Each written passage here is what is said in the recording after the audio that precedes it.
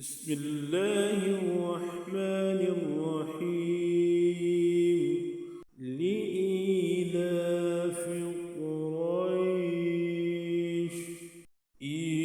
إيلافهم رحلة الشتاء والصيف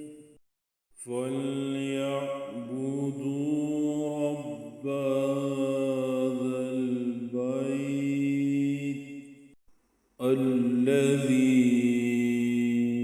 أطعمهم من جوع وآمنهم من خوف لإيلاف قريش